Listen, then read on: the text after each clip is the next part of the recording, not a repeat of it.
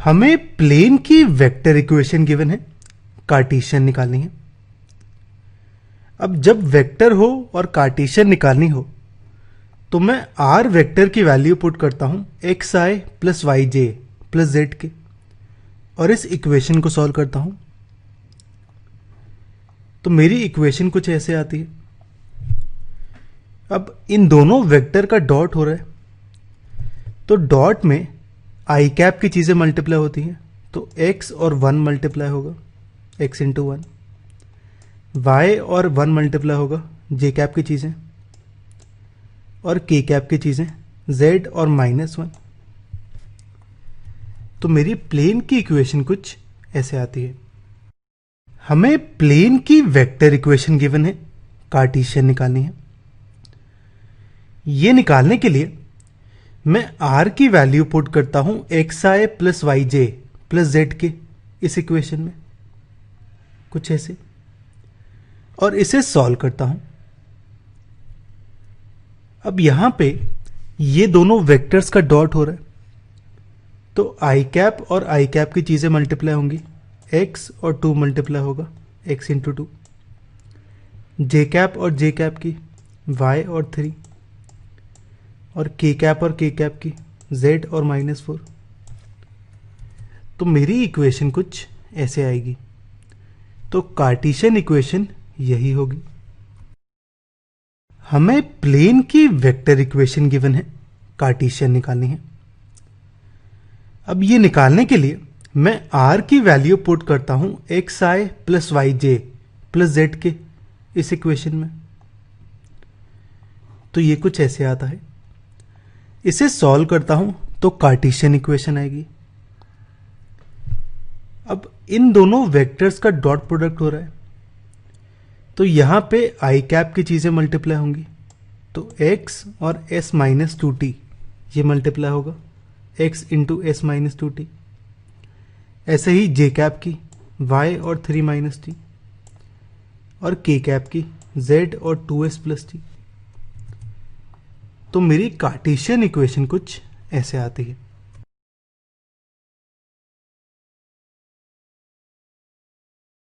हमें plane given है। मैंने ओरिजिन से एक परपेंडिकुलर ड्रॉ किया इस प्लेन पे। जहां पे वो परपेंडिकुलर टच करता है प्लेन को, उस पॉइंट को कहते हैं फुट ऑफ परपेंडिकुलर। मुझे उस फुट ऑफ परपेंडिकुलर यानी उस पॉइंट के कोऑर्डिनेट्स निकालने हैं। मान लेते हैं हमारा प्लेन कुछ ऐसे है ABCD, जिसका नॉर्मल वेक्टर ये है। अब ओरिजिन से मैं एक परपेंडिकुलर बनाता हूं इस प्लेन पे कुछ ऐसे। जहां पे परपेंडिकुलर टच करता है इस प्लेन को, इसको पॉइंट P मान लेते हैं, x1 y1 z1। तो हमारा पॉइंट P है फुट ऑफ परपेंडिकुलर, तो मुझे इसके कोऑर्डिनेट्स निकालने हैं, यानी x1 y1 z1 की वैल्यू निकालनी है। ये निकालने के लिए सबसे पहले तो पॉइंट P मेरा प्लेन के अंदर लाई करता है, तो उसकी इक्वेशन सेटिस्फाई करेगा। तो वहां से मेरी एक इक्वेशन आती है। और मैं नोट करूं, मेरा OP जो है वो परपेंडिकुलर है प्लेन के, और नॉर्मल भी परपेंडिकुलर है प्लेन के, यानी दोनों परपेंडिकुलर है। इसका मतलब OP और नॉर्मल पैरेलल होंगे प्लेन के, पैरेलल होंगे एक दूसरे से। तो OP और नॉर्मल मेरा पैरेलल है एक दूसरे से।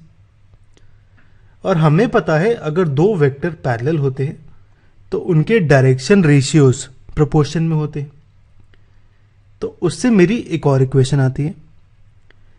उन दोनों इक्वेशन को सॉल्व करके x1 y1 z1 की वैल्यू आ जाएगी। इसे देखते हैं। अब परपेंडिकुलर टू प्लेन होगा पैरेलल टू नॉर्मल वेक्टर, तो OP और N मेरे पैरेलल आ गए।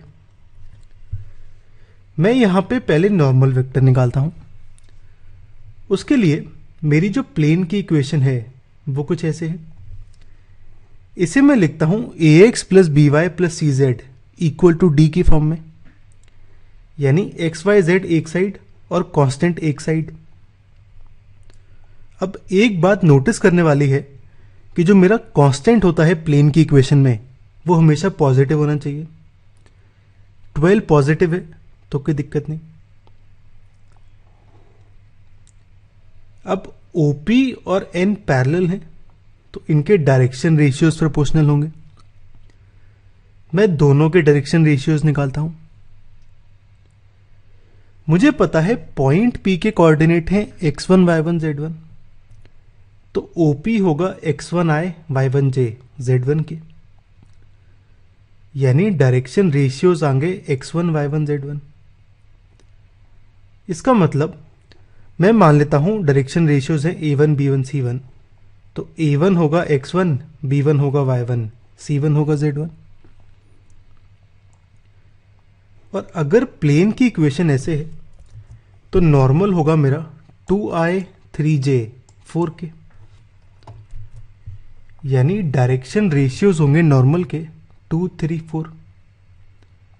तो a2 b2 c2 की वैल्यू ये आ गई। अब डायरेक्शन रेशियोज प्रोपोर्शनल है, यानी a1 bye a2 b1 bye b2 c1 bye c2 equal है। और मैं मान लेता हूं ये इक्वल है एक कांस्टेंट k के। वैल्यूज पुट करूं, सॉरी यहां पे ये 2 है x1 बाय 2, तो x1 y1 z1 की वैल्यू कुछ ऐसे आती है k की टर्म्स में।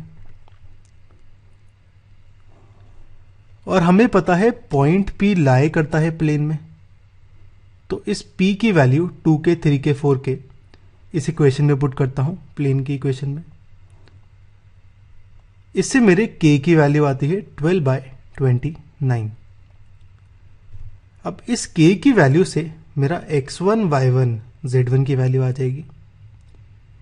तो फुट ऑफ परपेंडिकुलर मेरा कुछ ऐसे आता है।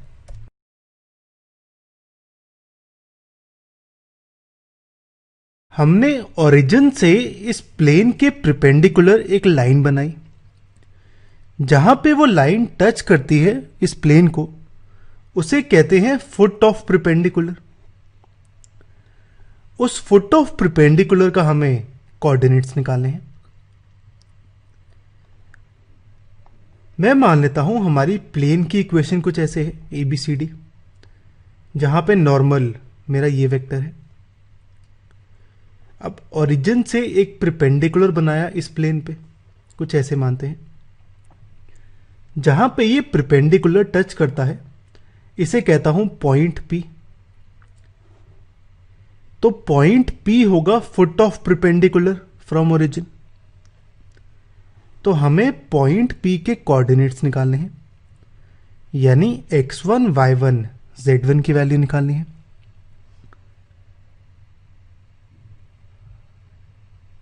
अब ये निकालने के लिए मुझे पता है पॉइंट P इस प्लेन में लाई करता है, तो वो इसकी इक्वेशन सेटिस्फाई करेगा।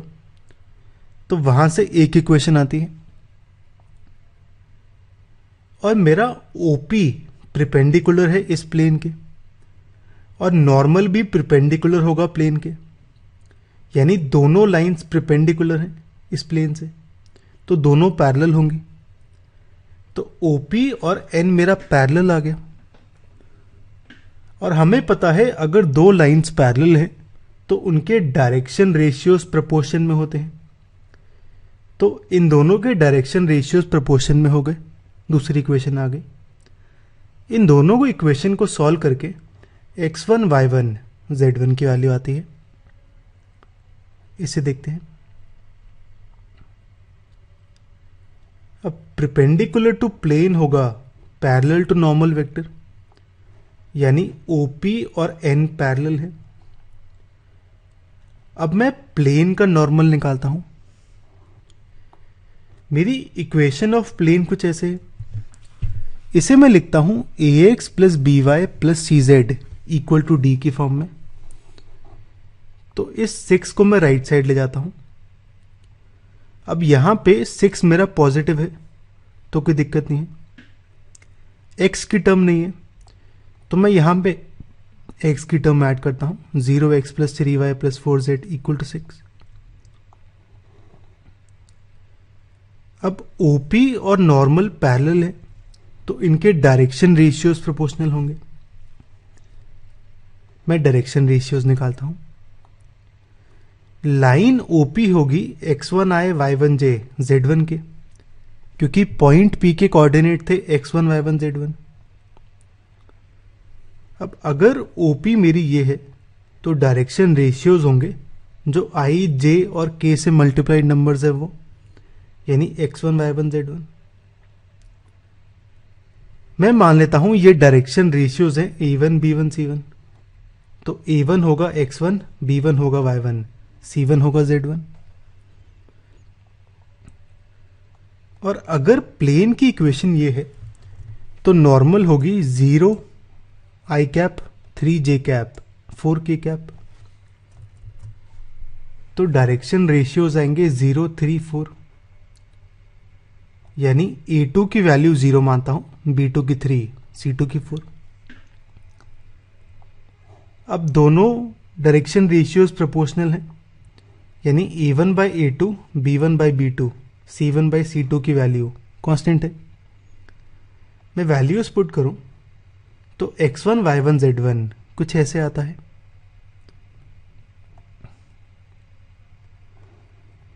अब मुझे पता है पॉइंट P लाई करेगा प्लेन में, तो इसकी वैल्यू 0 3 के 4 के पुट करता हूं प्लेन की इक्वेशन में, कुछ ऐसे k की वैल्यू निकालता हूं, ये आएगा 6/25। अब इसी k की वैल्यू से x1 y1 z1 निकालूं तो मेरे कोऑर्डिनेट्स कुछ ऐसे आते हैं।